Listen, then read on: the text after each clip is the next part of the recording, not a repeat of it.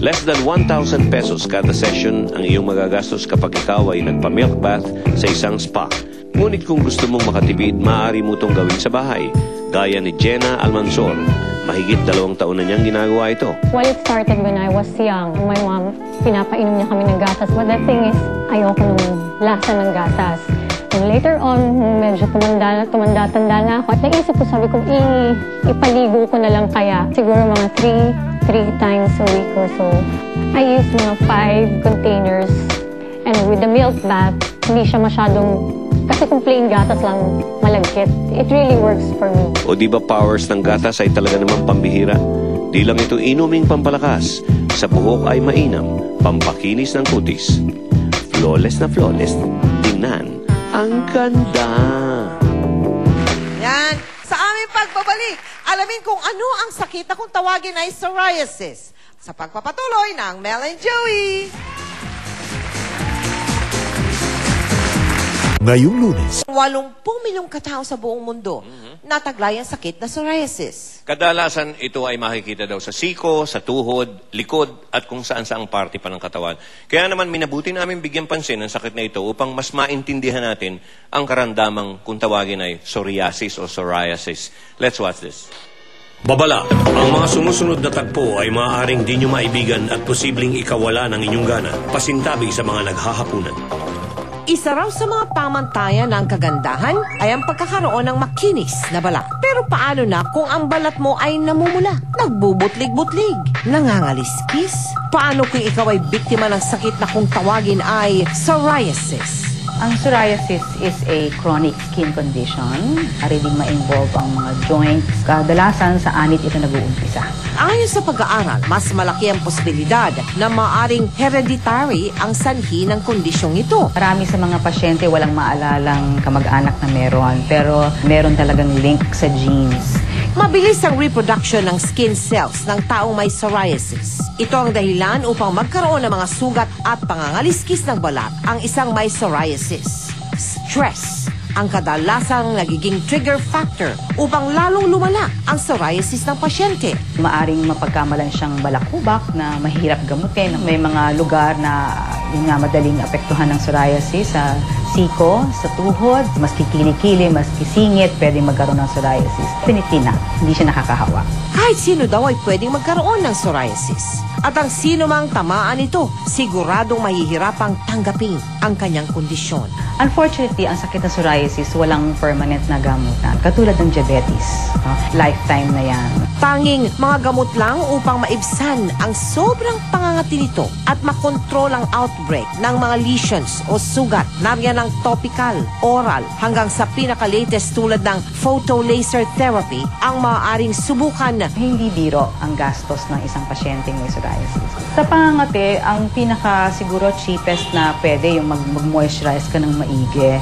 Higit pa raw nagpapahirap ang emotional impact ng naturang karamdaman. Ang impact sa quality of life, depression, pati yung paghanap ng trabaho actually, no, acceptance ng society. Lalong nagiging mahirap para sa mga taong may psoriasis ang lumabas at mamuhay ng normal. Dadating ka sa punto na gigising ka, paggising mo yung damit mo may mga blood stains. Makikita mo naglalaglagan nga sa katawan mo yung mga flakes, kakababa ng pagtingin sa sarili. Sa akin, psoriatic arthritis pa sa akin. Kamay ko nakaganyan, hindi ako nakakatayo. Naliliguan pa ako minsan. Iba't ibang pangmamata at diskriminasyon ang kanilang naranasan. Pinapagpag ng driver yung inupuan ko. Dinidiscriminate kami without knowing kung ano yung meron kami. Malaking tulong di umano ang pagkakaroon ng isang komunidad na naiintindihan ang kalagayan ng bawat isa. Ang ibig sabihin ng SORFIL ay Psoriasis Philippine Online Community Incorporated. Kita namin yung need na talagang kailangan magputak ng isang community. Kasi nga, marami sa amin ang sobrang nadidepress. Naipapadama nila sa isa't isa na ang mga psoriatic patients ay maaaring magkaroon ng normal na pamumuhay. You are always welcome with a big hug. Para nga hindi kayong feeling na outcast ka. Nagpapalagana pa rin kami ng information campaign pa rin to encourage them to join the community. Pinaparamdam namin na they're not alone. 3 sa bawat 10 Pilipino ang maaaring apektado ng psoriasis. Hindi lahat lumalabas eh. Some of them are undiagnosed. Dahil na in a country na focus sa ganda, talagang mahirap magkaroon ng ganitong karamdaman. Kaya naman ang tanging pakiusap nila. Kaya pa namin magtrabaho, hindi pa kami baldado. Huwag naman sana kami discriminate dahil ganito ang itsura namin. Ang mga taong may psoriasis tulad natin ay may karapatan pa rin mamuhay ng normal. Kaya, pag meron kayong nararamdamang kakaiba, ano po, huwag nyo ipinagwawalang bahala yan. Importante magpa-check up agad sa doktor para maagapan. Magbabalik ang Mel and Joy. Ngayong Fire Prevention Month, handang-handa na sila. Isang tawag lang, re-responde na. Sila ang mga paborito ninyong bumbero at bumbera. Magbabasaan, magkakatayan para sa 1 million pesos. Mainit na Marso, pamatay, buryo. Mula sa nag-iisang video ke show ng bayan. All-Star Day sa 1 million peso video kay Challenge! Casey Concepcion, naka-Enervon araw-araw. More energy, mas happy. More energy, mas happy. Mrs. ko, career woman, budget officer. Something drinks? Nesty, nasa budget. 10 pesos kada litro, why not? Nesty litro, 10 piso. Bottomless ang saya. Bawat kain parang nag-restaurant ka. Timpla? Para sa pag-ibig at puso. Aawitan. Ladies and gentlemen, once again, David Pomeranz. Thank you! Thank you, thank you. David and Mel Pomeranz. Thank you, Don. Thank you, David. Thank you.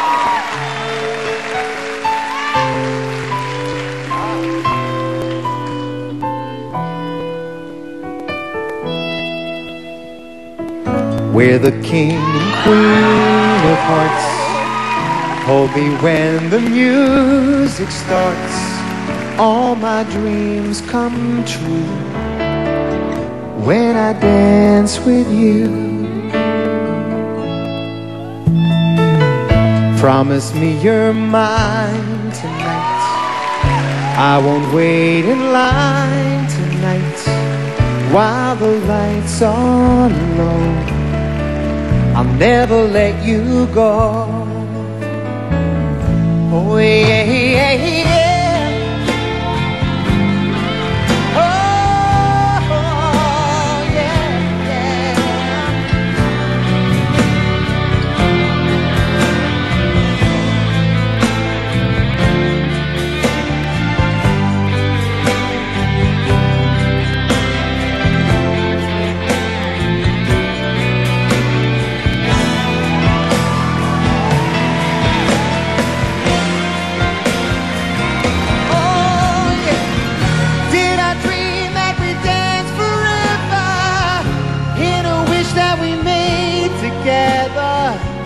On a night that I prayed would never end. Oh, no, it's not my imagination or a part of the orchestration.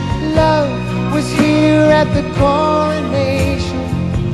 I'm the king and you're the queen, in a once and future dream, where the dancers never seem to stop.